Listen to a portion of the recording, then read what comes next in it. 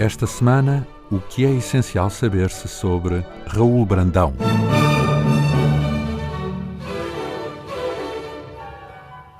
Se tivesse de recomeçar a vida, recomeçava com os mesmos erros e paixões. Não me arrependo, nunca me arrependi. Perdia outras tantas horas diante do que é eterno, embebido ainda neste sonho poído. Não me habituo. Não posso ver uma árvore sem espanto e acabo desconhecendo a vida, titubeando como comecei a vida. Ignoro tudo, acho tudo esplêndido, até as coisas vulgares. Extraio ternura de uma pedra. Com estas palavras, escritas em 1918 para o prefácio do primeiro volume das suas memórias, Raul Brandão autodefine-se. Raul Germano Brandão nasceu na Foz do Douro a 12 de março de 1867 e morreu em Lisboa a 5 de dezembro de 1930. Foi, portanto, contemporâneo de António Nobre, de Camilo Peçanha, do músico e maestro Francisco Lacerda, o que quer dizer que o devemos considerar pertencente à geração de 90, assumindo uma posição idealista e antipositivista, na qual se radicam o simbolismo e o impressionismo. É ainda um período agitado para Portugal. O ultimato, o regicídio, a Revolução Republicana. É um período complicado para o mundo também. A Primeira Guerra Mundial, o sentimento de decadência do homem, de fuga para o anarquismo, um período de conflitualidade, como documenta Dostoiévski, de compaixão pela condição dos pobres à maneira de Gorky. O próprio Raul Brandão escreveu sobre este tempo. Singulares criaturas devem nascer por este fim de século, em que a metafísica de novo predomina e a asa do sonho outra vez toca os espíritos, deixando-os alheados e absortos. A necessidade do desconhecido de novo se estabelece. E acrescenta: de tudo isto, da fadiga produzida pelo exaspero crescente da luta pela vida, devem nascer criaturas singulares, aberrações extraordinárias, curiosos cérebros, cheios de sonho, nervos, capazes de sentir o que, por ora, é do domínio do sonho. Entre todas estas confluências, Raul Brandão, emotivo, contemplativo, sem grandes apetências para a erudição nem para uma vida de glórias sociais, é um exemplo muito pessoal na literatura portuguesa, abrindo, sem o saber, caminhos diversos para a prosa moderna. Brandão, no trânsito do século XIX para o século XX, está, afinal, como disse Virgílio Ferreira, no limiar de um mundo. A infância e a adolescência têm uma grande influência no homem, por impregnação das primeiras experiências e embates da vida. A luz dourada e o azul do céu da Foz do Douro ficaram-lhe para sempre. A vida dos pescadores, de quem é descendente, deu-lhe um paradigma existencial de disponibilidade para o risco, de trágica aceitação do destino e da morte. No livro Os Pescadores, de 1923, tem uma dedicatória. À memória do meu avô, morto no mar. A escola não foi um encontro lúdico para Raul Brandão.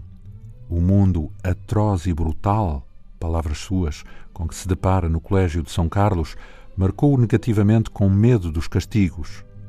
Esta experiência dura foi talvez o primeiro estímulo para o sonho, a quimera interior que ele tanto valoriza. Terminado o liceu, matricula-se no curso superior de letras, onde convive com Sampaio Bruno e Basílio Teles. A influência do grupo portuense de boémios, entusiasta do simbolismo decadente, notar-se-ia em História de um Palhaço, de 1896. Porém, o primeiro livro de Raul Brandão surge em 1890, Impressões e Paisagens. Trata-se de um conjunto de escritos de índole realista que não condizem com a sensibilidade que conhecemos no escritor. Também com pouco significado é Vida de Santos, que assinou com o pseudónimo de Luís de Borja. Em 1891, talvez por pressão familiar, talvez por sustento, Raul Brandão troca o curso de letras pela Escola do Exército. Tinha 24 anos, viria a ser, sem convicção e com horror à disciplina da caserna, um militar de carreira, reformando-se em 1911, aos 44 anos. O inferno deve ser uma retrete de soldado em Ponte Maior. Escreveria ele em Val de Josafate, publicado postumamente. Brandão conheceu Maria Angelina, sua mulher e companheira até à morte, em Guimarães, onde foi colocado a quando da sua promoção a alferes. Maria Angelina e Raul Brandão constituem um par exemplar e ambos deixaram testemunhos desse raro caso de entendimento e dedicação. Leia-se, por exemplo, o texto O Silêncio e o Lume, de Raul Brandão, publicado em Memórias, ou Um Coração e uma Vontade, um volume em que ela o evoca. Depois de aceitar uma colocação no Porto, Raul Brandão vai para Lisboa interessado em aceitar colaborações em jornais. Brandão, com a sua sensibilidade ao mundo e ao meio que o rodeava, tinha de facto vocação jornalística. Colaborou com várias publicações, O Século, O Dia, Seara Nova, entre tantas outras. Conviveu com Columbano Bordal Pinheiro, que lhe pintou 2 quadros. Ele próprio dedicou-se à pintura como amador e dessa sensibilidade dá conta em obras como Os Pescadores e As Ilhas Desconhecidas. Repare-se, por exemplo, neste quadro impressionista do amanhecer, da luz que vai romper, retirado das páginas de Os Pescadores. É da terra que vem a luz, um livor indeciso e depois um chuveiro. Farrapos e névoas esparsas que flutuam, sobem, deixam-se cair em véus moles sobre as águas. Escondem o mar. Uma vaga, uma ondulação verde, outra ainda, mais névoa, luz, um grande farrapo desgrenhado. O amor de Raul Brandão à natureza e às árvores leva-o a permanecer todas as vindimas nos arredores de Guimarães, onde constrói a célebre Casa do Alto, no lugar da Nespereira. Em 1906, Raul Brandão viaja pelo norte de África e por várias cidades europeias. Passa pela Itália, Suíça, visita Paris e Londres, sem praticamente deixar vestígios na sua obra.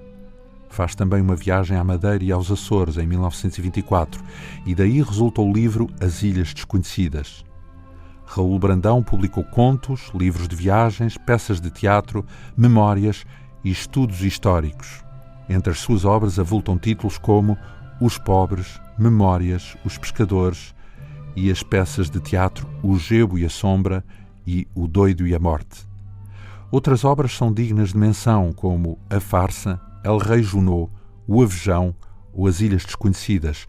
Aliás, na obra de Raul Brandão podemos distinguir 2 facetas.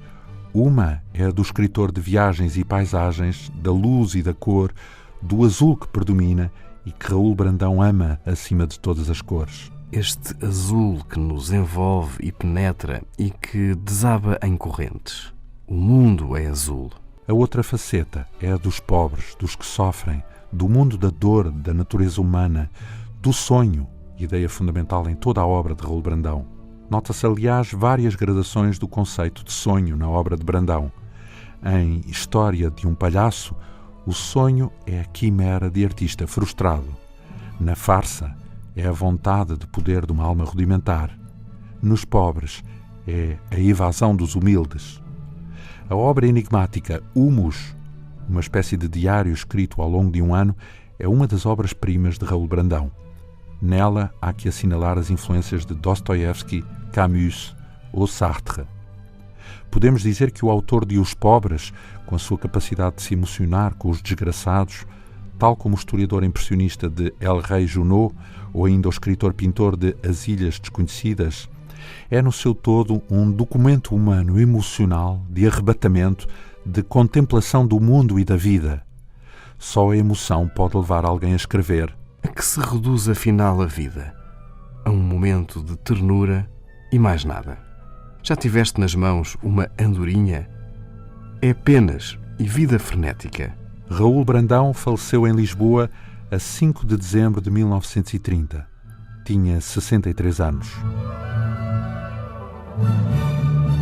O programa de hoje teve por base o livro O Essencial sobre Raul Brandão, de autoria de António Machado Pires. Realização de Tânia Pinto Ribeiro, leitura de João Almeida e André Pinto, assistência técnica de Leonor Matos. O Essencial sobre, um programa da Imprensa Nacional em parceria com a Antena 2.